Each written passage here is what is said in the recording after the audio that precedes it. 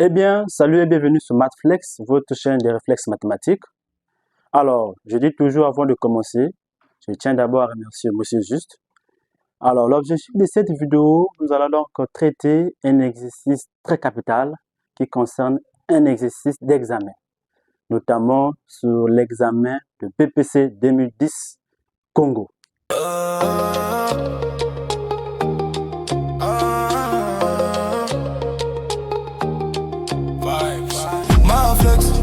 Et tu flex, le réflexe mathématique.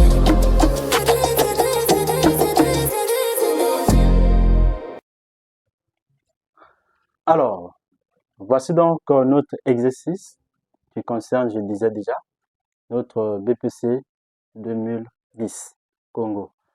Alors, on nous a donné A et B. Et la première question, c'est de déterminer les caractéristiques de log de A et B. Et enfin, c'est de calculer log de A et log de B. Et on nous donne les valeurs de log de 2 et log de 3. Et je vous donne déjà des astuces, comme vous le saviez. Quand on vous donne des valeurs là à la fin, là, ça veut dire que vous allez trouver les puissances de ces nombres. Les puissances de ces nombres. À retenir. Quand on vous donne ces valeurs à la fin, dans nos valeurs données, vous allez faire sortir donc les puissances de ces nombres. Puissance de 2 et puissance de 3. Alors, sans plus tarder, on va donc comment débuter notre résolution de l'exercice. Solution.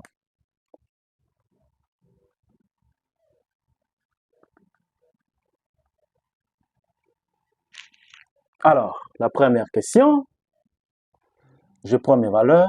D'abord, je prends A, je considère déjà mes valeurs. 81,00, point virgule B, 0,0016. Alors, première question, nous allons donc déterminer les caractéristiques de log de A et log de B. 1. Déterminons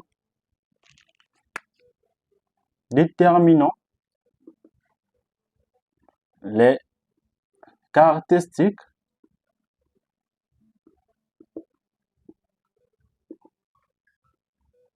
de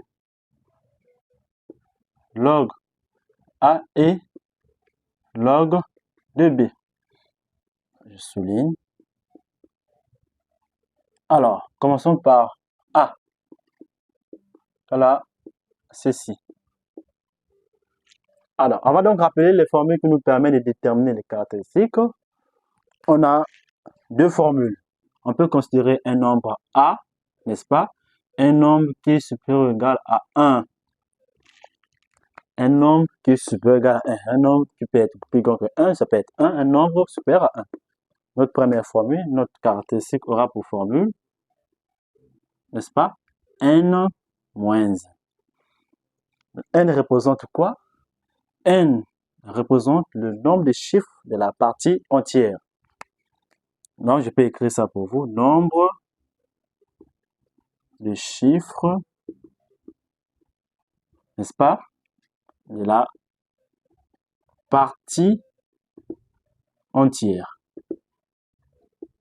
Voilà. Donc, je rappelle encore que N représente le nombre de chiffres de la partie entière de A, de notre nombre A. OK? Et je vais prendre ça, c'était le premier point, n'est-ce pas? Je vais prendre maintenant le deuxième point qui est l'inverse de ça. Un nombre inférieur, strictement inférieur à 1. Ça peut être 0, quelques, 0 et quelques. Alors, un nombre que vous allez voir, un nombre plus petit que 1. Si vous êtes en face de ce nombre et on vous demande de déterminer les caractéristiques de ce nombre, alors la formule devient C étant égal à moins n plus 1. Le n là, c'est pas la même chose que le n là. Vous devez retenir pour chaque cas, le n représente quoi. Et si maintenant le n représente le nombre des zéros, nombre de zéros successifs, après la virgule de A. Donc, le n là représente maintenant le nombre des zéros. Vous allez compter les zéros successifs après la virgule de notre nombre que vous connaissez, de notre nombre A. Alors, à présent, nous avons les deux formules. On va donc essayer d'appliquer. Alors, ici, pour notre premier cas, A égale à 8100. Alors, notre nombre est largement supérieur à 1. Donc, je vais appliquer cette formule. Pour notre premier nombre, j'avais déjà noté A. Donc, ça veut dire que je vais seulement calculer la caractéristique. C'est égal à n moins 1. Et je remplace n. N, on a dit que c'est le nombre de chiffres de la partie entière. Comme notre nombre, c'est un nombre entier, n'est-ce pas? Donc, on va juste compter le nombre de chiffres. Notre nombre n'a pas de partie décimale. Donc, on va juste compter la partie entière. Notre nombre possède seulement la partie entière. Donc, on va seulement, comme c'est la partie entière, on gère, on va juste compter le nombre de chiffres. Donc, on va compter ensemble. 1, 2, 3, 4. Donc, j'aurai donc 4 moins 1. Et qui donne 3. Voici donc la caractéristique de notre log de A. Alors, donc ça, c'est caractéristique de notre valeur A. Donc, comme on a dit, déterminer le logarithme des caractéristiques de log de A. On va maintenant passer à B. B est 0,0016. Et qu'est-ce que vous constatez? Notre valeur est donc comment par rapport à 1. Quand on vous donne un nombre, il faut comparer ça par rapport à 1. Il y a un 0 qui est là-dedans, ça veut dire que notre nombre est inférieur à 1. Nous sommes à ce niveau. Deuxième cas. Donc, du coup, on va appliquer cette formule de caractéristique. Donc, C étant égal à moins n plus 1. Qui veut dire, et n c'est quoi? Nombre des zéros successifs après la virgule. Donc, je compte, ça c'est la virgule qui est là, je compte les zéros successifs. N'est-ce pas? Donc, il y a comme des zéros, et on va compter ensemble 1, 1, 2. On ne va pas compter ces zéros après la virgule. Successif, hein? Exemple, ici, il y avait un 0. Le 0 là, on ne va pas le compter parce que ce n'est pas successif par rapport à ça. Quand on compte 1, 1, il y a un nombre qui est là, il n'y a pas 0. Donc, vous devez reconnaître, hein, le mot là, successif. Après, successif, ça là. Donc, il y a nombre de zéros successifs, on dit 1, 2. Genre moins en parenthèse, 2, plus 1 de la formule, qui donne le total moins 3. Voici la caractéristique de log de B.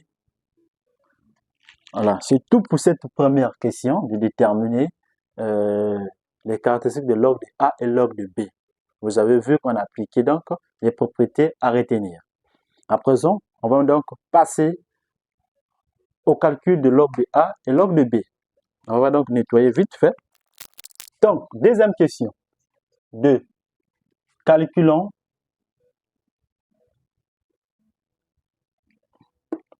log de A et log de B. D'accord. Je souligne la question. On va commencer toujours avec log de A. Log de A égale. Je remplace A. Donc, log A, c'est combien? C'est cette valeur que vous voyez. N'est-ce pas? Alors, quand vous avez le logarithme d'un nombre, si c'est un grand nombre, il faut toujours penser à faire les puissances d'un nombre. Et je vous ai déjà donné l'astuce. Quand vous voyez les nombres qu'on vous donne ici, n'est-ce pas? Ce sera la puissance de quelque chose. Mais d'abord, il faut d'abord donner l'écriture scientifique. Alors, on va donner l'écriture scientifique de ce nombre. Ce sera log de 81 fois 10 puissance, il y a comme des 0, 2. N'est-ce pas? Et là, on peut appliquer les propriétés des logarithmes lorsque nous avons la somme. On n'a pas encore fait ça. Je rappelle la propriété. Log de A fois B, ça donne log de A plus log de B. N'est-ce pas? Donc, c'est ça qu'on va appliquer. On aura donc un log de A. On va donc continuer. Ce sera log de 81 plus log de 10 puissance 2. Alors, ici, nous avons 81, n'est-ce pas? Donc, on va faire comment? On va donc trouver les puissances de ce nombre. Et vous regardez déjà ici les valeurs données. Vous cherchez à décomposer. Au brillant, on va utiliser le brillant. Ici, on a 81. J'ai déjà une valeur là-bas. Vous allez tenter par 2, ça ne va pas marcher. Par 3, ça marche. Ça donne, par 3 toujours, ça donne combien? 9. Par 3 toujours, ça donne combien? 3. Et 3, 1. Donc, on a 3, combien de 3? 1, 2, 3, 4. Donc, ça veut dire que ça donne log de 3 puissance 4 plus, là, j'applique la propriété de log de 10. Et là aussi, j'applique la propriété 4 log de 3 plus 2, parce que log de 10 égale à 1. Et je connais l'expression de log de 3. C'est déjà donné. 0,47712 plus 2.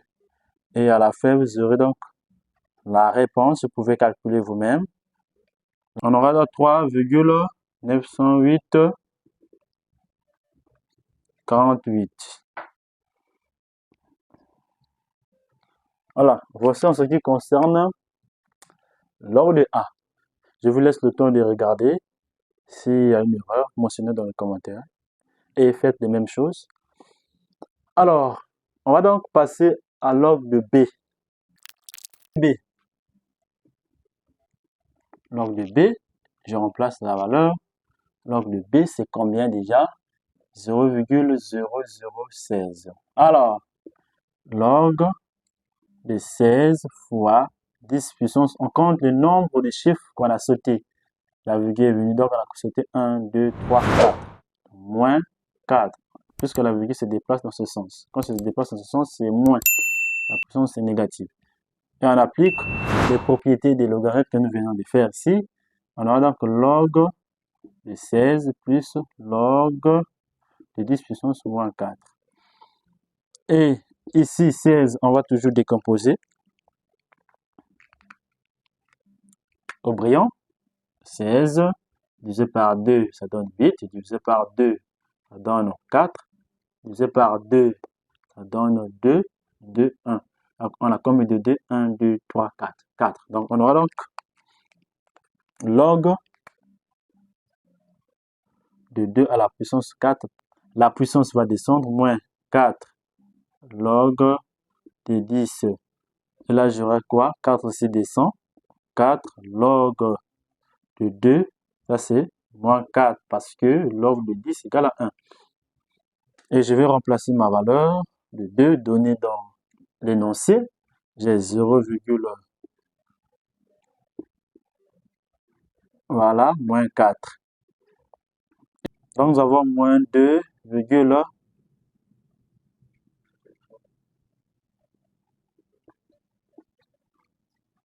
donc voici donc une valeur de log de B. En fait, je vous laisse le temps de voir, faites les mêmes choses pour regarder. Allez, dites-nous vos réponses dans les commentaires. Donc, voici notre valeur de log de B.